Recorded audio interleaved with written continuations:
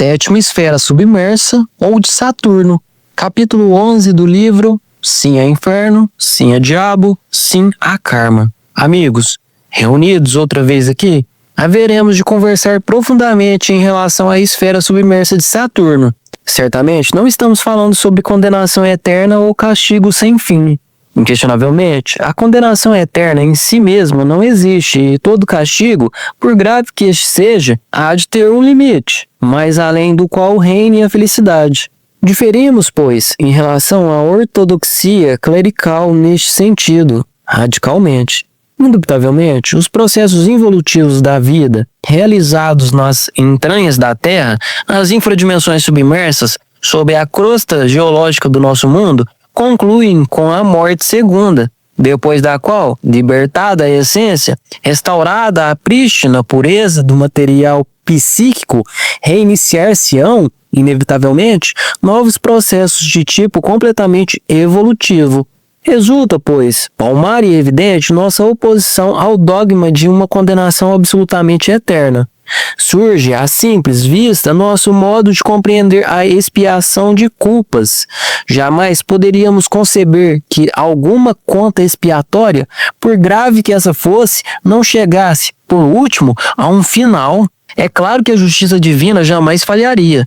Toda culpa, por grave que essa seja, tem seu equivalente matemático exato expiatório. Não é possível pagar mais do que se deve e, se a divindade cobrasse mais do que o devido, obviamente não seria justa. Comecei assim nossa conferência de hoje, meus queridos amigos, em forma de preâmbulo, antes de entrar na esfera submersa de Saturno, com um propósito ineludível de que vós compreendais nosso ponto de vista esotérico-ocultista, oposto radicalmente a todo dogmatismo sectário. Vamos, pois, agora aprofundar um pouco mais nesta questão das esferas submersas. Em nossa passada conferência, estudamos detidamente o sexto círculo dantesco e hoje convém que penetremos ousadamente no sétimo ou de Saturno. Se lemos cuidadosamente a Divina Comédia de Dante, encontramos tal região convertida num oceano de sangue e fogo. Permita-se-nos a liberdade de dizer que este ponto de vista é completamente alegórico ou simbólico. Sim, quer-se significar o fato concreto e definitivo de que na mencionada região saturnina prevalece, de forma definitiva, certa cor avermelhada, sanguinolenta, que caracteriza marcadamente a paixão animal violenta. Quando falamos de cores, devemos saber que por cima do aspecto solar, nas dimensões superiores da natureza e do cosmos, resplandece toda a gama do ultravioleta e que por baixo do espectro solar brilha fatalmente a gama do infravermelho. Este último é característico das infradimensões da natureza sob a crosta geológica de nosso mundo. Assim, pois, aquela cor vermelha, passionária, sanguinolenta da submersa região saturnina não poderia ser exibida em nosso mundo tridimensional de Euclides. Tal cor encontra seu oposto em outro similar da gama do ultravioleta, sobre a citada região tridimensional. Resulta interessante saber que todo aquele que ingressa no sétimo círculo dantesco leva, em sua aura radiante, a citada cor de sangue abominável, que o torna certamente afim com essa zona submersa de nosso planeta Terra. É, pois, o sétimo círculo dantesco a morada dos violentos contra a natura, dos violentos contra a arte, dos fraudulentos, dos violentos contra Deus, dos violentos contra si mesmos, contra seus próprios bens ou contra os bens alheios. Movendo-me em corpo astral, de forma consciente e positiva nesta região submersa, pude evidenciar a violência reinante em tal espantosa zona de amarguras. Ainda recordo 2 demônios muito notáveis, dos quais me acerquei diplomaticamente com o propósito de não ferir suscetibilidades e provocar reações psicológicas desnecessárias. Pronunciam-se estes contra o Cristo cósmico, negaram-no enfaticamente, sentindo-se perversamente satisfeitos de sua miserável condição satânica. Por todo lugar reinava a violência no ambiente sangrento submerso. Viam-se aqui, lá e acolá, destroços desnecessários, golpes espantosos contra as coisas, contra as pessoas, contra tudo. Senti como se a influência saturnina, com suas forças definitivamente centrífugas, se propusesse, nessa região, desintegrar tudo, reduzir a poeira cósmica as pessoas, móveis, portas, etc, etc. Muito me assombrei ao encontrar aí uma criatura muito respeitável, cujos olhos ainda ferem a suave luz do dia. Tratava-se de um médico muito famoso, um verdadeiro samaritano, que em vida só se propôs curar os enfermos com um verdadeiro amor e sem exploração alguma. Causaria assombro isto que estou dizendo? Muitos poderiam objetar dizendo-me: como é possível que, sendo alguém bom, vá dar na região dos maus? Também se poderia argumentar sobre a questão até da vida e da morte. Aquele bom senhor de outrora, obviamente, ainda vive, ainda respira sob o sol. Então, por que mora no 7º círculo dantesco? É necessário dar resposta a tais enigmas, aclarar, indagar com precisão, inquirir, investigar. Se pensamos na multiplicidade do eu, não é estranho que qualquer destes agregados psíquicos relacionado com o delito da violência contra a natureza esteja vivendo em sua correspondente região submersa, mesmo que a personalidade ainda viva sobre a face da Terra. Obviamente, se esse doutor não dissolvesse o eu pluralizado, terá que descer com a onda involutiva às entranhas do mundo, para ressaltar, muito especialmente, no 7º círculo dantesco.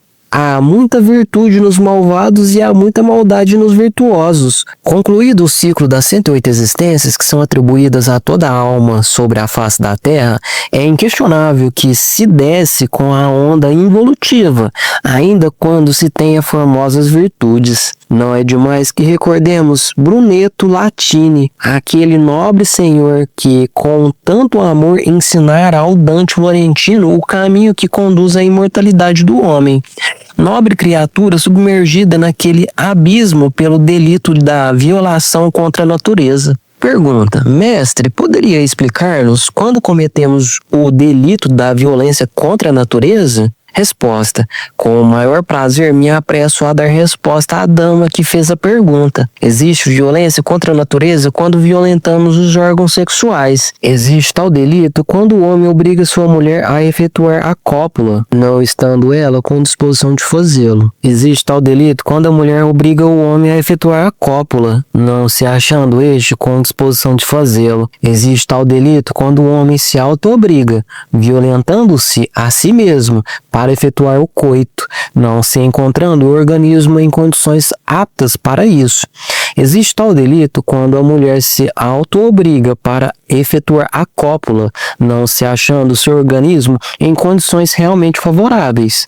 Existe tal delito naqueles que cometem o crime de violação sexual, posse de outra pessoa contra a vontade da mesma. Como entre as cadências do verso também se esconde o delito, não é, pois, de estranhar que se cometam violências contra a natura quando se obriga o falo a entrar em ereção, não se achando este último em condições realmente favoráveis para o coito. Existe violência contra a natura quando, com o pretexto de praticar magia sexual ou ainda com as melhores intenções de se autorrealizar, auto-obriga-se o varão a realizar a cópula química ou obrigue sua mulher com este propósito, não se achando os órgãos criadores no momento amoroso preciso e em condições harmoniosas favoráveis, indispensáveis para a cópula. Existe violência contra a natura naquelas damas que, necessitando de autorrealização íntima, violentam sua própria natureza,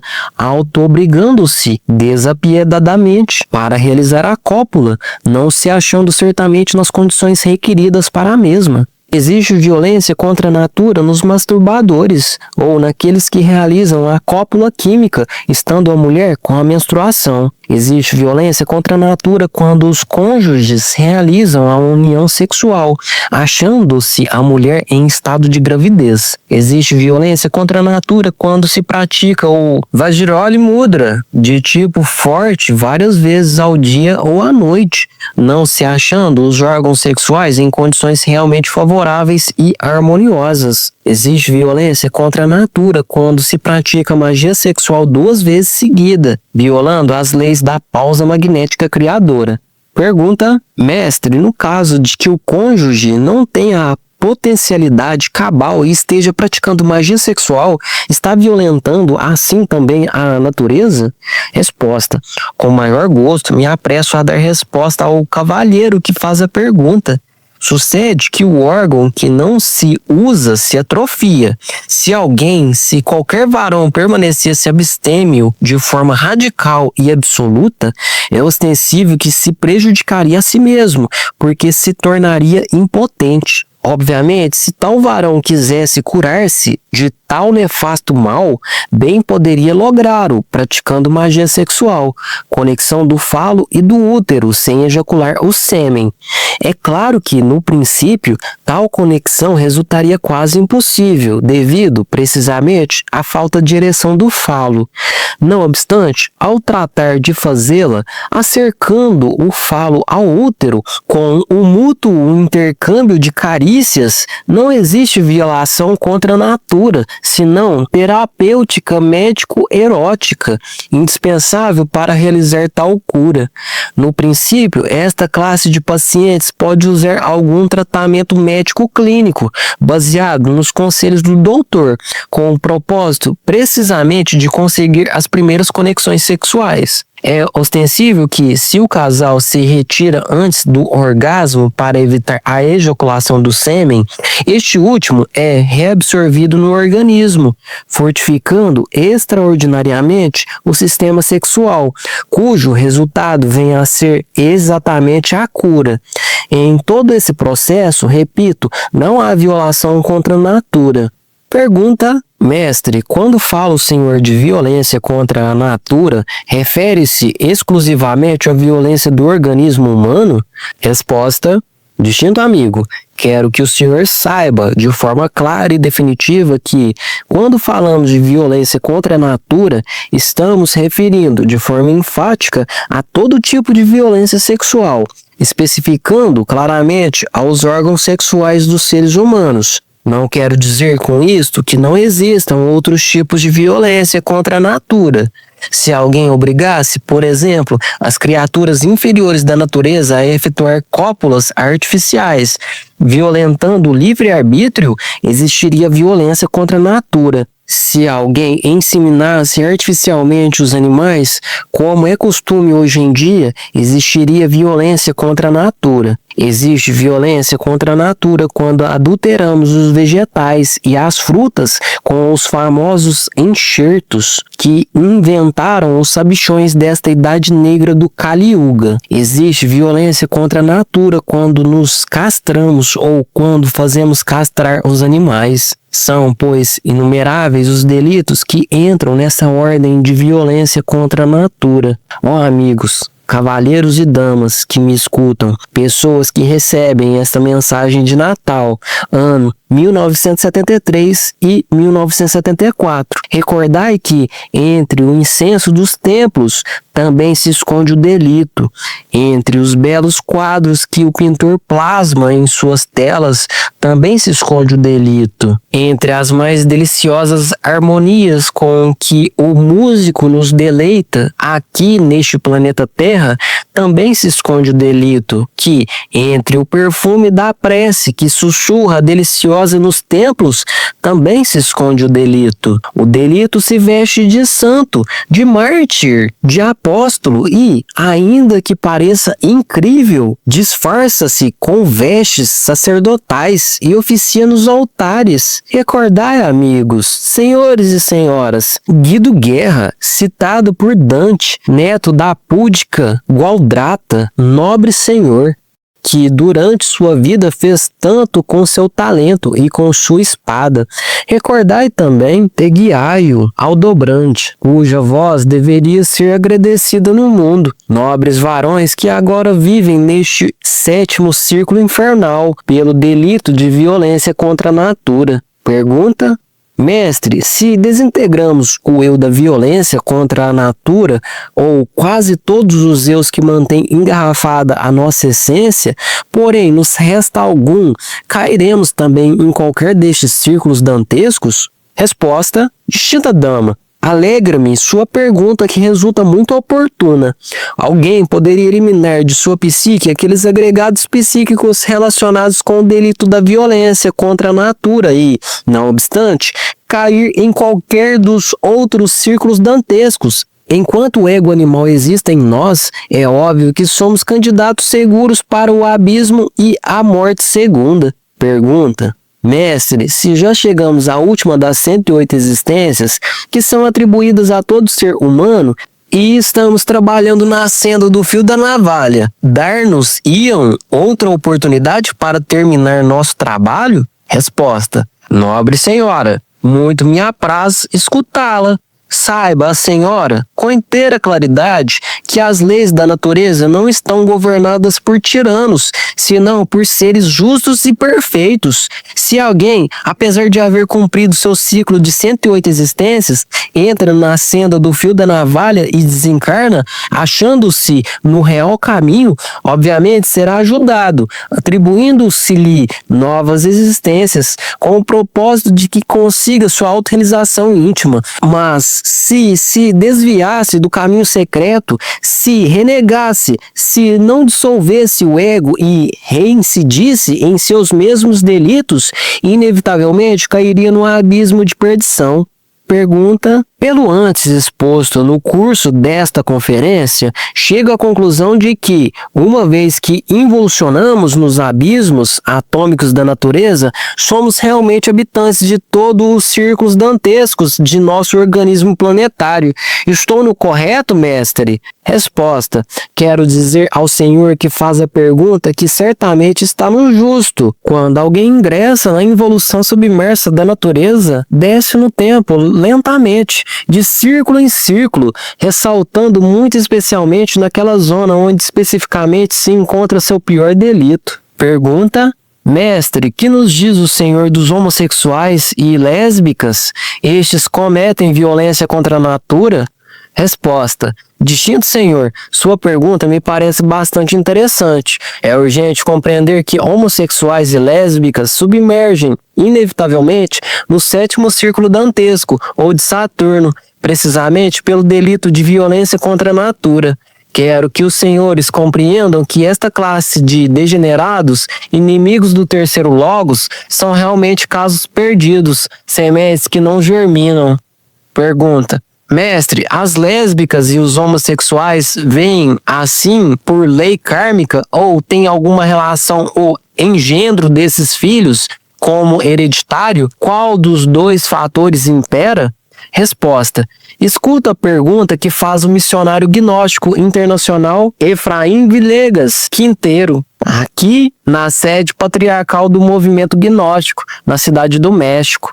Senhores, senhoras, convém saber que aqueles humanoides que em vidas anteriores se precipitaram violentamente pelo caminho da degeneração sexual, obviamente, involucionando de existência em existência, vêm, por último, como homossexuais ou lésbicas, antes de entrar nos mundos infernos. É, pois, o lesbianismo e o homossexualismo o resultado da degeneração em vidas precedentes, consequência kármica fatal. Isto é tudo. Pergunta: mestre, se uma lésbica ou um homossexual lograsse, por um momento, ter conhecimento de seu castigo pelo karma de sua degeneração, pedisse à lei uma ajuda, esta poderia conceder-lhes a graça de voltar a seu estado normal, ou não tem a suficiência força para pedir esse benefício? Resposta: senhores, senhoras, existe um provérbio que diz: a Deus rogando e com o malho dando. A misericórdia divina está ao lado da justiça, porém,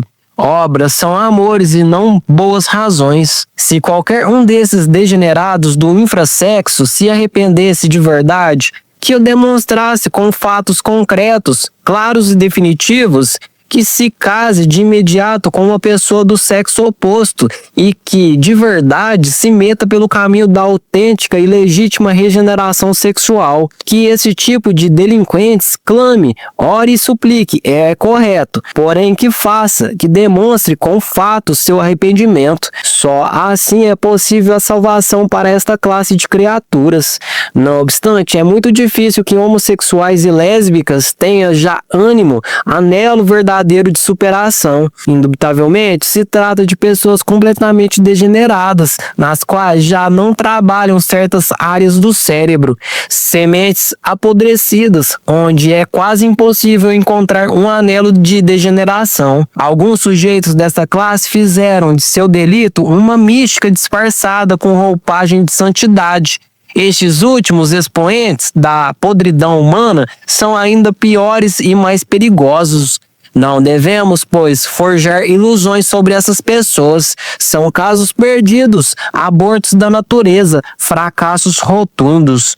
Pergunta: mestre, segundo isso, aqueles que rechaçam o sexo oposto perderam toda a esperança de realização ou ficam alguma porta aberta? Resposta: distinto amigo, escute, o infrassexualismo está simbolizado na cabala antiga pelas duas mulheres de Adão, Lilith e Nahemá. Lilith, em si mesma, alegoriza, francamente, o mais monstruoso da degeneração sexual. Na esfera de Lilith, achamos muito ermitões, anacoretas, monjos e monjas enclausurados que odeiam mortalmente o sexo. Também achamos na citada esfera todas aquelas mulheres que tomam abortivos e que assassinam suas criaturas recém-nascidas, verdadeiras hienas da perversidade. Outro aspecto da esfera de Lilith corresponde aos pederastas, homossexuais e lésbicas. Inquestionavelmente, tanto os que rechaçam o sexo violentamente, como os que abusam dele, caindo no homossexualismo e no lesbianismo, são casos perdidos, criaturas terrivelmente malignas. Para esta classe de pessoas, todas as portas estão cerradas, menos uma, a do arrependimento. A esfera de Nahemá está representada por outro tipo de violência contra a natura, os fornicários irredentos, os fornicários da abominação, etc. Pessoas que se acham muito bem definidas no tipo Dom Juan Tenório ou Casanova e até no tipo Diabo, que é o pior do pior. Senhores e senhoras, continuemos agora falando um pouco sobre a violência contra Deus. Ao chegar a essa parte de nossa conferência, quero recordar Capaneu, o ancião de Creta, um dos 7 reis que sitiaram Tebas e que agora vive na zona submersa, ou de Saturno, sob a crosta geológica de nossa terra. O Dante Florentino, discípulo de Virgílio, o grande poeta de Mantua, em sua Divina Comédia, cita este caso terrível relacionado com tal tema particular. Aquela sombra gritou: tal qual fui em vida, sou depois de morto. Ainda quando Júpiter cansasse seu ferreiro, de quem tomou em sua cólera o agudo raio que me feriu no último dia de minha vida. Ainda quando fatigasse, um após outro, todos os negros obreiros do Monte Belo, gritando: ajuda-me, ajuda-me! Bom Vulcano, segundo fez no combate de Flegra, e me alvejasse com todas as suas forças, não lograria vingar-se de mim completamente. A soberba e o orgulho dos violentos contra o divinal é, na 7ª infradimensão submersa, a pior tortura. Existe violência contra a divindade quando não obedecemos às ordens superiores, quando atentamos contra a nossa própria vida, quando blasfemamos iracundos. Existem muitos modos sutis de violência contra o divinal. Indubitavelmente, o violento contra Deus, o que não quer nada com assuntos místicos ou espirituais, o que supõe que pode existir sem a misericórdia divina e que, no fundo de sua alma, se subleva contra tudo aquilo que tenha olor de divindade. Existe violência contra Deus naquele sujeito autossuficiente que sorri estupidamente e de forma cética quando escuta assuntos que de alguma forma tenham a ver com os aspectos espirituais da vida. Existe violência contra Deus nos velhacos do intelecto, nesses sabichões que negam toda a possibilidade espiritual ao homem, nestes que creem haver monopolizado o saber universal, nos modelos de sabedoria, nos ignorantes ilustrados que não somente ignoram, senão, além disso, ignoram que ignoram, nos iconoclatas que fazem mesa rasa quando analisam princípios religiosos, porém que deixam seus sequazes sem uma nova base espiritual. Existe violência contra Deus nos marxistas, lenistas, pseudo-sapiens que tiraram da humanidade os valores espirituais. Vem-me à memória nestes momentos um encontro nos mundos submersos com Karl Marx.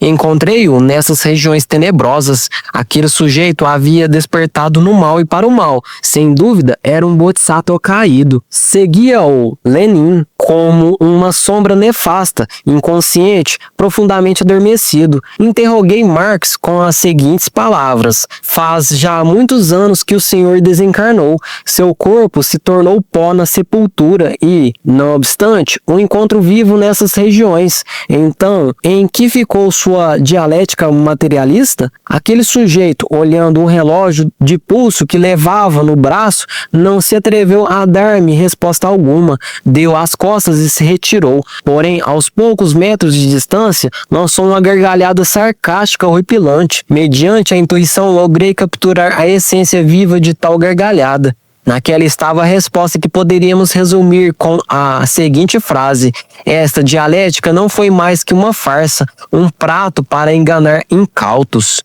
É curioso saber que, quando Karl Marx desencarnou, recebeu honras fúnebres religiosas do grão rabino.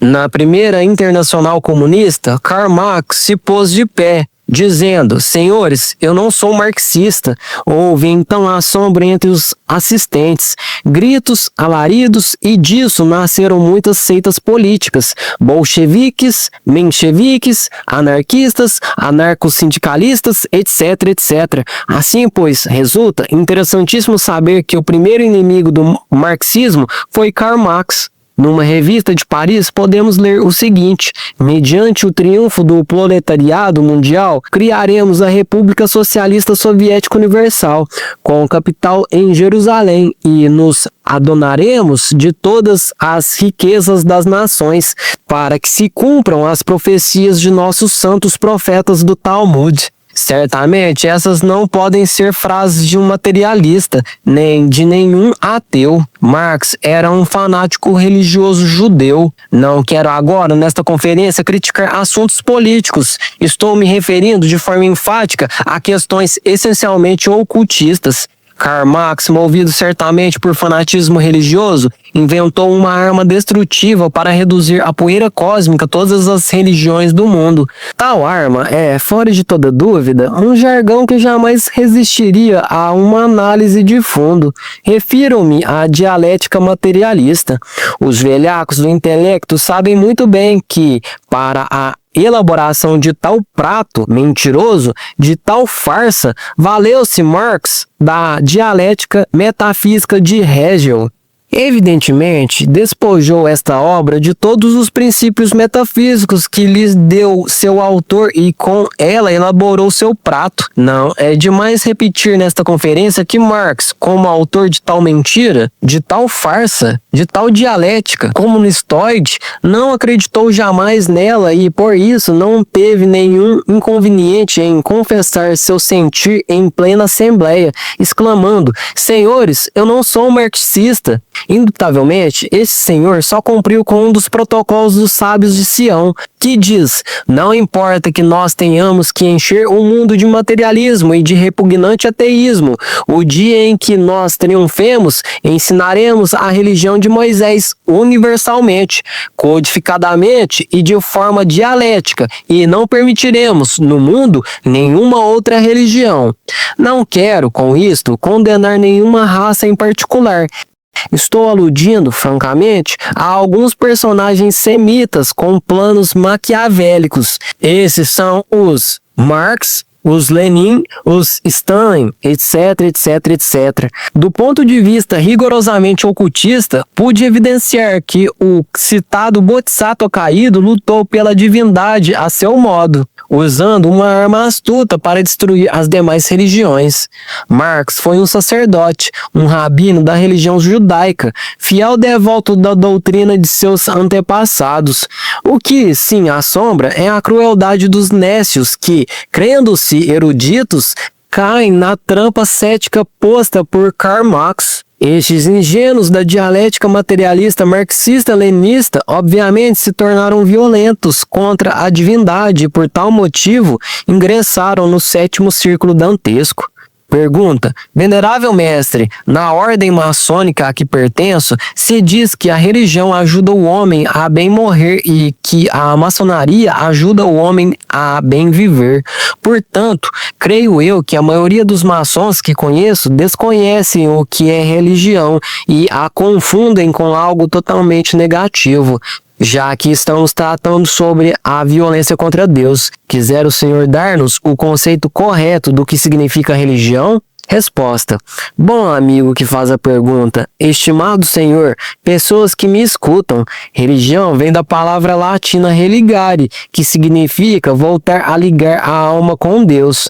A maçonaria não é propriamente uma religião, é mais uma confraria de tipo universal. Não obstante, seria muito recomendável que essa benemétrica instituição estudasse a ciência da religião. De modo algum, sugeríamos que alguém se afiliasse a tal ou qual seita. Cada qual é livre de pensar como quiser.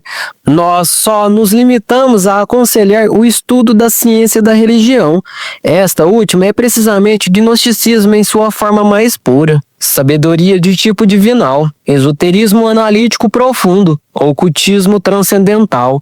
Pergunta: permita-me insistir, querido mestre, já que escutei em alguma conferência dentro do ensinamento gnóstico que o universo foi criado por 7 lojas maçônicas e isto, indubitavelmente, ligou a maçonaria primigênia com o Pai, razão pelo qual tenho o conceito de que, em síntese, a maçonaria é o denominador comum de todas as religiões e, portanto, procede da gnose.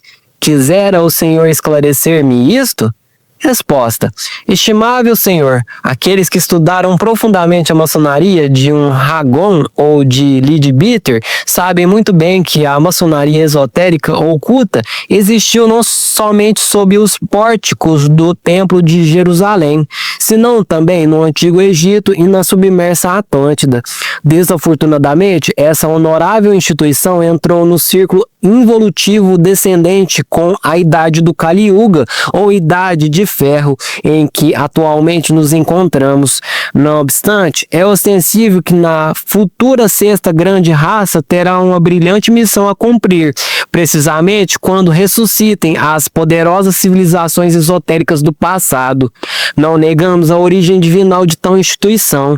Já sabemos que os 7 cosmocratores oficiaram com liturgia santa no amanhecer do grande dia, quando fecundaram a matéria caótica para que surgisse a vida. De século em século, através das distintas rondas cósmicas, as oficinas se foram tornando cada vez mais e mais densas, até chegar por último ao estado em que atualmente se encontram. Nós recomendamos aos irmãos maçons que estudem a fundo o esoterismo de Salomão e a sabedoria divina da terra dos faraós.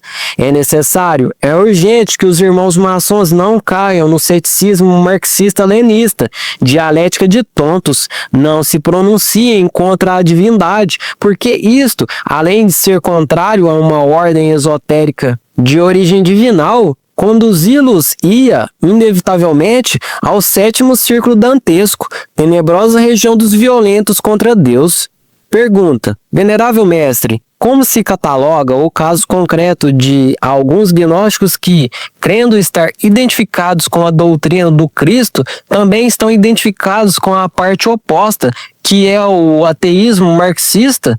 Resposta. Instinto cavalheiro. Sucede que não deixam de existir, nas correntes de tipo ocultista ou esoterista, alguns elementos sinceros que anelam, de verdade, trabalhar por um mundo melhor.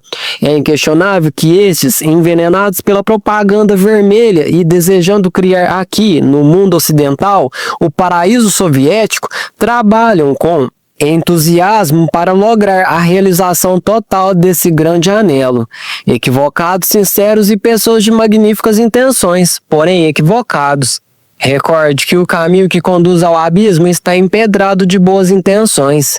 Se esses sujeitos vivessem por um momento como operários na União Soviética, estou seguro de que, ao regressar a esta região do mundo ocidental, manifestar-se-iam raivosamente anticomunistas. Resulta muito interessante saber que no hemisfério ocidental há mais comunistas que na União Soviética. O que sucede é que lá, atrás da cortina de ferro, já as pessoas conhecem a realidade comunista, viveram-na e, portanto, não podem ser enganadas pela propaganda vermelha. Em troca, como aqui ainda não temos governo de tipo marxista-lenista, os agitadores vermelhos podem jogar com os incautos da mesma forma que o gato joga com o rato antes de devorá-lo. Do ponto de vista rigorosamente esoterista, podemos afirmar de forma enfática o seguinte: nos mundos submersos, nas regiões tenebrosas da sétima infradimensão dantesca, os comunistas vestem túnicas negras, são verdadeiramente personagens da mão esquerda, sacerdotes da magia negra. Concluirei dizendo: a venerável grande loja branca qualificou o marxismo-leninismo como autêntica e legítima magia negra. Aqueles que viram o caminho secreto que conduz à liberação final não poderiam militar nas fileiras da mão esquerda sem cair, por tal motivo, no delito da violência contra Deus. Pergunta: querido mestre, ainda que todos saibamos o que é a fraude e que sempre a relacionamos com as coisas de tipo econômico, abarca outro tipo de fraudes este delito que se purga no sétimo círculo dantesco? Resposta: amigos, existem muitas formas de fraude e é bom esclarecer tudo isto. Dante simboliza a fraude com uma imagem tenebrosa horripilante. Dante nos pinta um monstro da fraude da forma seguinte: seu rosto era o de um varão justo, tão bondosa era sua aparência a exterior, e o resto do corpo o de uma víbora venenosa. Tinha duas caras abomináveis, cheias de pelo até os sovacos, e a espalda, o peito, os costados de tal modo rodeados de laços e rodelas, que não houve tecido turco, nem tártaro tão rico em cores, não podendo ser comparado, tampouco aqueles o das teias de Aracne. Diz Dante que na cauda desta figura existia um terrível aguilhão. Este símbolo expressa muito bem o delito da fraude. Pensemos por um momento nos variados laços de cores com que o fraudulento envolve sua vítima, no rosto venerável com que aparecem os fraudulentos, em seu corpo de víbora venenosa, em suas horríveis garras e no aguilhão com quem ferem suas vítimas. São tão variados os tipos de fraude que nos assombramos realmente. Existe fraude naquele que forma um círculo esotérico e logo o abandona. Existe fraude naquele que abre um lumisial e logo o desconcerta com seus delitos, já namorando a mulher alheia, já seduzindo com o propósito de praticar magia sexual, adulterando as escondidas, desejando a Ísis do templo, explorando os irmãos do santuário, prometendo o que já não pode cumprir, predicando o que não pratica, fazendo o contrário do que ensina, escandalizando, bebendo álcool, ante o assombro dos devotos, etc, etc. Existe fraude no homem que promete a uma mulher matrimônio e não cumpre sua palavra, na mulher que dá a palavra ao homem e logo defrauda, enamorando-se de outro homem, no pai de família que promete ao filho ou à filha tal ou qual regalo, tal ou qual ajuda e que não cumpre sua promessa, etc, etc, etc. Todas estas formas de fraude são violência contra a arte, Por isso, Dante as alegoriza com o espantoso monstro de rosto venerável. Existe fraude no indivíduo que pede emprestado e não devolve o dinheiro. Existe fraude nos vendedores de loteria e jogos de azar, pois as vítimas, convencidas de que podem ganhar, perdem seu dinheiro e se sentem defraudadas. Pergunta: venerável mestre, entendemos que o sétimo círculo dantesco é mais denso que os anteriores, pelo que nos agradaria que nos explicasse a constituição material de dita infradimensão. Resposta: amigos, a sétima região submersa, ou de Saturno, é de uma densidade material que assombra, pois cada átomo nesta região submersa possui em seu ventre 672 átomos do absoluto. Obviamente, esse tipo específico de átomos é demasiado pesado e, por tal motivo, a sétima região submersa resulta demasiado grosseira e dolorosa. Como igual número de leis, 672 governa essa tenebrosa zona submersa sob a crosta geológica de nosso mundo, a vida se torna aí insuportável, dificílima, terrivelmente complicada e espantosamente violenta. Pergunta: mestre, desejaria saber se o elemento ou elementos em que se movem os habitantes de dito círculo tão pouco é visto por eles e se creem que também vão muito bem. Resposta: honoráveis amigos, quero que saibam que essa região cavernosa de nosso planeta é uma mescla de mineral e fogo. Não obstante, ali as chamas só são conhecidas por seus efeitos, pela violência, pelos rudes golpes instintivos e brutais, etc. Repito o que antes dissera no princípio dessa conferência. O que Dante simbolizara com sangue é exclusivamente a cor sanguinolenta da violência sexual na aurora dos perdidos e na atmosfera infra-humana dessa zona. Indubitavelmente, jamais pensaria um habitante dessa saturnina região de si mesmo algo mal. Eles supõem sempre que marcham pelo caminho da retidão e da justiça. Alguns destes sabem que são demônios, mas se autoconsolam com a ideia de que todos os seres humanos o são. Contudo, estes que não ignoram que são demônios nunca admitiriam a ideia de que são maus, pois eles creem com firmeza ser pessoas de bem, justos e retos. Se alguém os repreendessem por seus delitos, se os admoestassem, se os chamassem ao arrependimento, sentir-se-iam ofendidos, caluniados e reagiriam com atos de violência.